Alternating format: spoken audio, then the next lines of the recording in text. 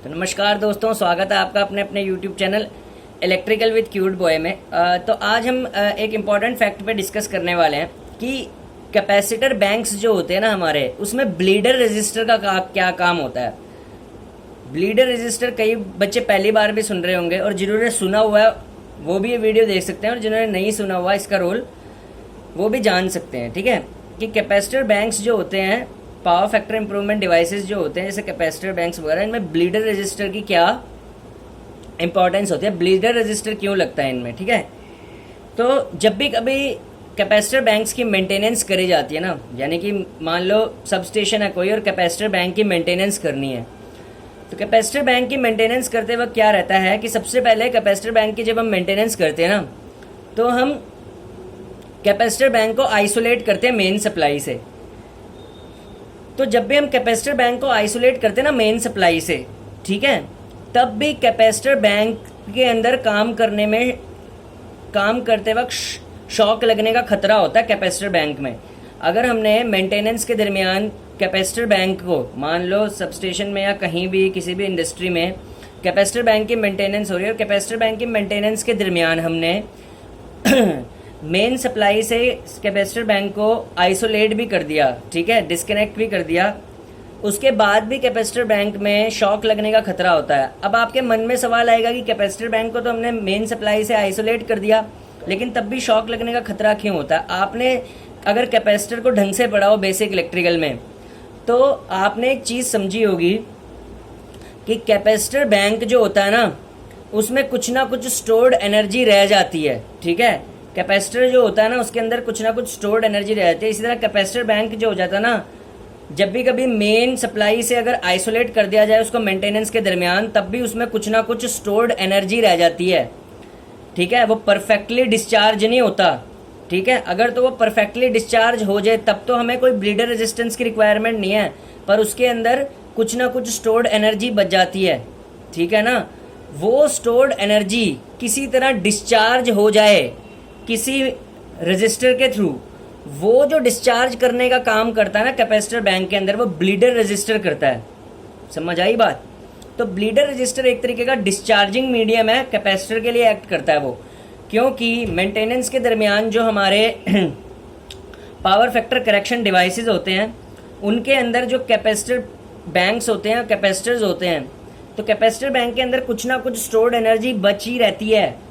अगर हमने bleeder register नहीं लगाया तो कैपेसिटर बैंक हमारा डिस्चार्ज नहीं होगा प्रॉपरली, तो फिर शॉक लगने का खतरा रहेगा अगर ब्लीडर रजिस्टर वहां पे नहीं लगा।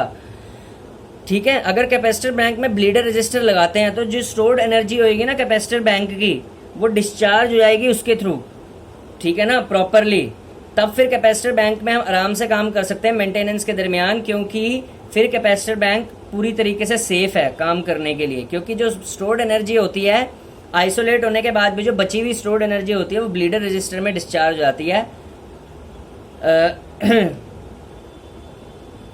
कैपेसिटर बैंक की। ठीक है, और ब्लीडर रजिस्टर एक इम्पॉर्टेंट पार्ट होता है कैपेसिटर बैंक का, और ये एक और इम्पॉर्टेंट काम करके देता है, लाइफ स्पैन भी बढ़ाता है, लाइफ भी बढ़ाता है कैपेसिटर बैंक की।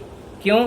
मान लो कैपेसिटर बैंक हमारा, जैसे मान लो ब्लीडर रजिस्टर मान लो कैपेसिटर बैंक में ना होता, तो जब भी कभी मेंटेनेंस करनी पड़ती कैपेसिटर बैंक की, तो हमें मेन सप्लाई से उसे आइसोलेट करना पड़ता। अब मेन सप्लाई से आइसोलेट होने के बाद भी, क्योंकि कैपेसिटर एक एनर्जी स्टोरेज एलिमेंट है, तो कुछ ना कुछ एनर्जी क्या बोलते हैं, मेन सप्लाई से आइसोलेट होने के बाद भी उसके अंदर स्टोर्ड रह जाती है, वो पूरी तरीके से डिस्चार्ज नहीं होती। तो अगर ब्लीडर रजिस्टर हम ना लगाते कैपेसिटर बैंक्स के अंदर, तो पहले ही वो पूरी तरीके से डिस्चार्ज नहीं हो रखा, और हम अगर उसे मेंटेनेंस करने के दरमियान या तो हमें शॉक लग सकता है और शॉक ना भी लगा, लेकिन अगर वो पूरी तरीके से डिस्चार्ज नहीं है और हम उसे चार्ज करते जाएं मेंटेनेंस के बाद, तो उसकी लाइफ डैमेज हो सकती है, खराब हो सकती है। तो ब्लीडर रजिस्टर क्या करता है, एज अ डिस्चार्जिंग मीडियम की तरह एक्ट करता है, स्टोर्ड एनर्जी जो बची होती है कैपेसिटर बैंक में उसको डिस्चार्ज कर देता है। फिर हम जब सेफली उसके अंदर काम करके, कैपेसिटर बैंक के अंदर काम करके, फिर दोबारा उसकी चार्जिंग कर सकते हैं इजीली।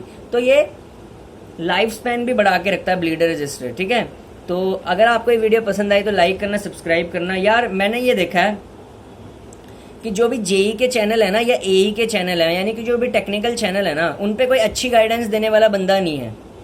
ठीक है, तो मैं अपनी तरफ से कोशिश करता हूँ मैं आपको हर तरीके से आपका इंटरेस्ट लेके आऊँ इंजीनियरिंग में, मैं फैक्ट वीडियोस भी लेके आता हूँ। एमसीक्यूज हमारी चल रहे हैं, एसी सर्किट के एमसीक्यूज चल रहे हैं। आज का वीडियो लास्ट वीडियो होगा एसी सर्किट का, उसके बाद हम ट्रांसफॉर्मर्स के एमसीक्यूज स्टार्ट करेंगे, ठीक है। एसएससी जेई के लिए मैक्सिमम थ्योरेटिकल क्वेश्चन मैं आपको करा दूंगा और आपका निकल सकता है एसएससी जेई अगर आप प्रीलिम्स, अगर आप अच्छे तरह जुड़े रहते हैं मेरे साथ, ठीक है।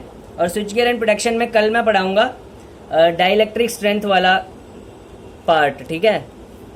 फिर अगर रिकवरी वोल्टेजेस एक्सेट्रा एक्सेट्रा को डिस्कस करेंगे, ठीक है। तो आज मैंने ब्लीडर रजिस्टर के बारे में बताया, बहुत ही इंपॉर्टेंट है। हो सकता है कल को किसी एग्जाम में क्वेश्चन भी बन के आ जाए, ठीक है। तो आपको ध्यान रखना है, ठीक है। जो मैंने इसमें डिस्कस किया उसको ध्यान में रखना है, ठीक है।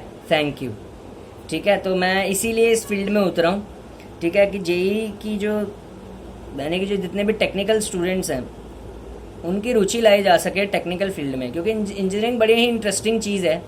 मैं हमेशा आपको बोलता हूँ कि डिग्री तो आर्ट्स कॉमर्स बीएससी एमएससी वाले भी लेते हैं, लेकिन मुंह उठा के इंजीनियर तो नहीं ना बन जाते। क्यों? इंजीनियर का काम सिर्फ इंजीनियर ही करता है, क्योंकि इंजीनियरिंग की बातें जो होती है ना वो इंजीनियर को ही समझ में आती हैं। अगर ये सब बातें मैं किसी आर्ट्स और कॉमर्स वाले के सामने भोंक दूँ ना, या बीएससी एमएससी वाले के सामने भोंक दूँ, तो उसको समझ ही नहीं आएगी कि क्या चल रहा है। ये सिर्फ आप ही समझ सकते हो।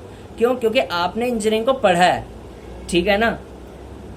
तो बस तो इसलिए इंजीनियरिंग बड़ी खूबसूरत चीज़ है और मैं इसकी खूबसूरती बरकरार रखूँगा, ठीक है। Thank you.